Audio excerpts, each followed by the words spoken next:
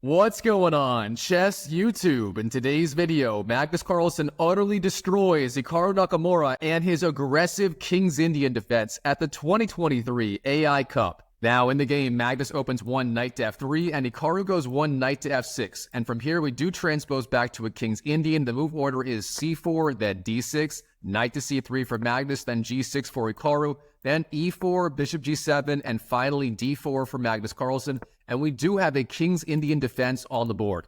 Here Hikaru castles, Magnus goes bishop e2, the classical variation, and here we have the first curveball of the game. Instead of going e5, the standard idea in this position, here Hikaru does go knight to a6, developing the knight on the queen side first. Now here Magnus is not amused, he just castles, and then Hikaru does follow up the standard idea of e5. And now we have a very typical King's Indian on the board. Of course, Hikaru is opting to avoid the Mardel-Plata variation with the move knight c6, instead going knight to a6. Now here Magnus, how does he want to respond? In the game, he just goes bishop e3, a very standard idea, getting the bishop on the very good e3 square. And of course, Hikaru does not want to allow that bishop to stay there. It is very, very strong. So with that in mind, here Hikaru just goes knight to g4, putting pressure on that bishop on the e3 square. Now, of course, the threat is knight takes e3. That would win the dark square bishop of Magnus and ruin Magnus Carlsen's pawn structure. So Magnus here, he has to do something about that threat.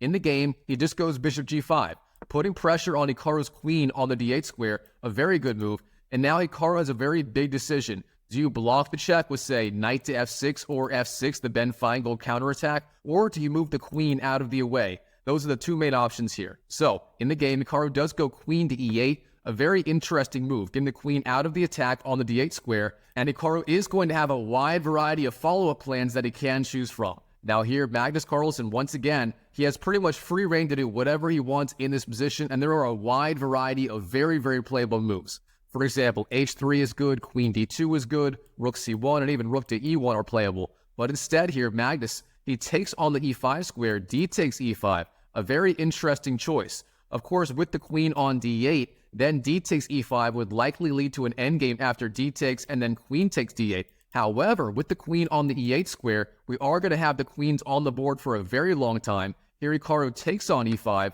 and now Magnus, what is his follow-up? I would have expected something like h3 trying to knock back the knight, but here Magnus, he has a completely different idea in mind for this game. Here he actually plays the subtle move queen to c1, a very typical Magnus Carlsen style move, just sliding the queen over, creating some sort of hidden threat in the position. Now, what is Magnus Carlsen's threat? Well, I'm going to wait a couple of moves to show you. Here Hikaru, he goes h6, trying to knock back the bishop. Here Magnus goes bishop d2, a very playable move. Of course, bishop h4 here also playable, but instead bishop d2 on the board. Now we'll have to wait and see what Magnus has in mind. All right, Hikaru, king to h7, a good move. The threat was bishop takes h6. Of course, the bishop and the queen were lining up with that h6 pawn. So king to h7 defends the pawn on the h6 square. And here we're going to start to see part of Magnus Carlsen's idea with the move queen to c1 in this position. Here he plays the astonishing move c5, expanding on the queen side and seemingly giving up that pawn on the c5 square for absolutely nothing. Now, here's the idea. It's sort of a temporary pawn sacrifice. If Hikaru takes on c5, that is going to be the best move. Then Magnus, his idea, I think, it would be knight d5, jumping in with the knight, threatening knight takes c7 with the fork on the queen and the rook. So real fast, if Hikaru went knight takes c5, that is the strongest idea. Then knight d5 would be the threat, again threatening c7, and the lines here are incredibly complicated. Instead, in this position, Hikaru, he just goes c6, trying to clamp down on the queen side. The idea being this move does restrict the mobility of Magnus Carlsen's knight. He loses access to the b5 and the d5 squares with the knight, and that means there is no knight d5 and then knight takes c7 threat. And now knight takes c5 is still a threat from Hikaru.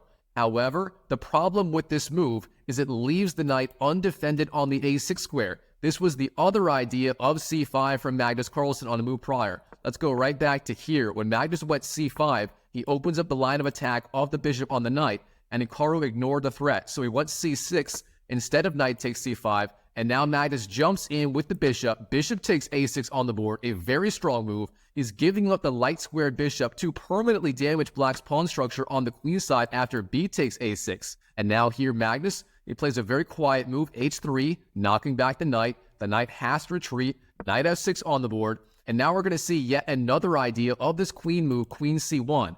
Magnus goes rook d1 in this position, activating the f rook on the d file. Now this rook is very, very active. Of course, controlling the d file in this position is very, very important. And now Hikaru, he goes queen e7, trying to get his queen off the back rank. But Magnus, he continues to increase the pressure. He goes bishop e3, defending the pawn on the c5 square. Of course, the queen was attacking it. And now Hikaru, he has to get counterplay and he has to get it fast. If he doesn't get some sort of counterplay on the king side, primarily with the idea f5, he's going to get run over on the queen side. He just has too many pawn weaknesses over here on the queen side, on c6, a6, and a7. So with that in mind, here Hikaru, he plays the best idea by far, knight to e8, a very standard King's Indian opening idea.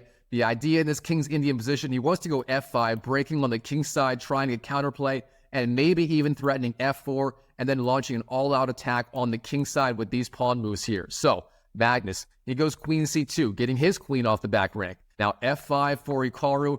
This is the main idea in the King's Indian, and Hikaru is starting to get some counterplay here. Now, the threat is going to be f4, locking down the king side, and then again, launching those pawns down the board and getting a huge attack against the white king. So here, Magnus, he takes on f5. This is a very risky decision in some respects. After g takes f5, Hikaru here has very good control over the center and the king side.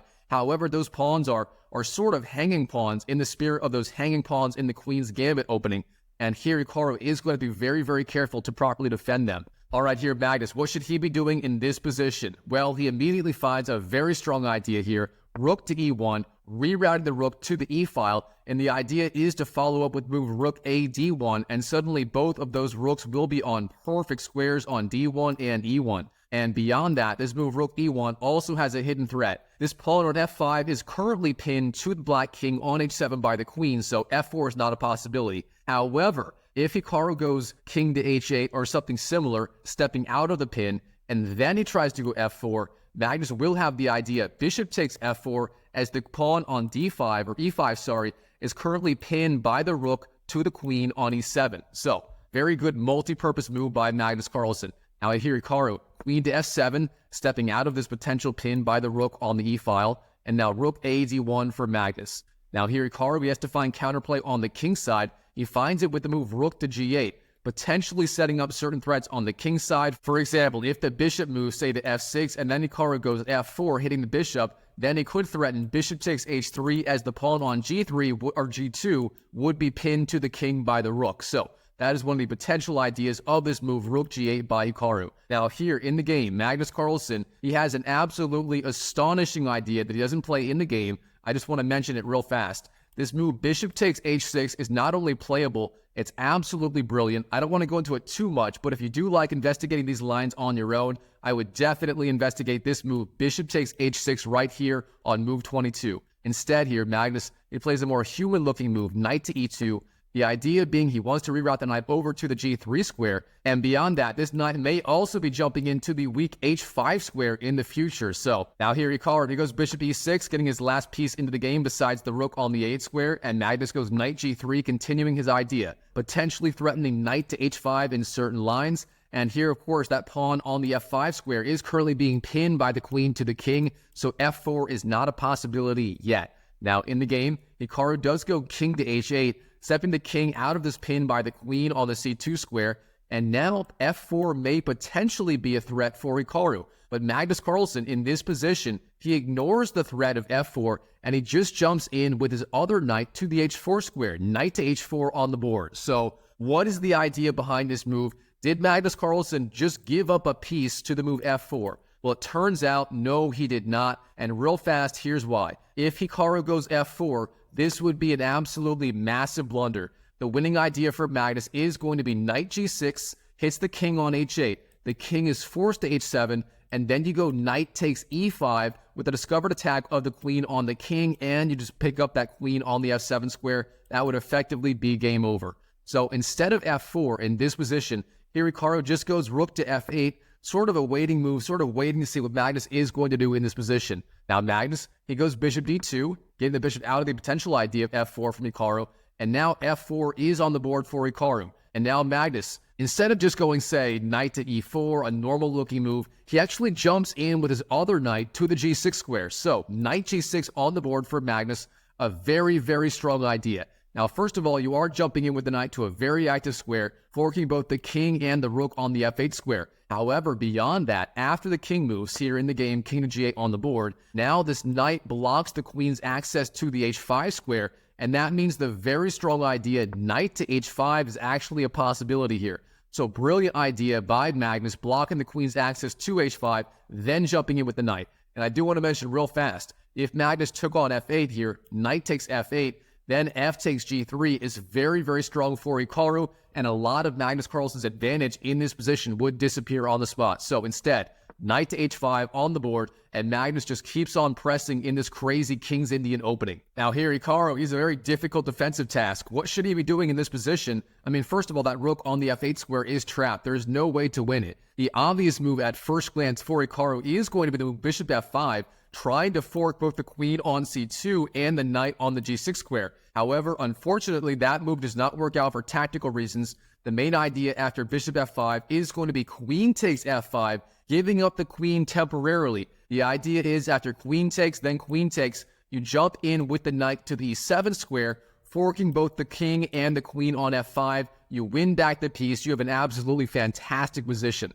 So instead of that, here Hikaru, he just goes bishop h8 in this position, getting the bishop out of the attack of the knight on the h5 square.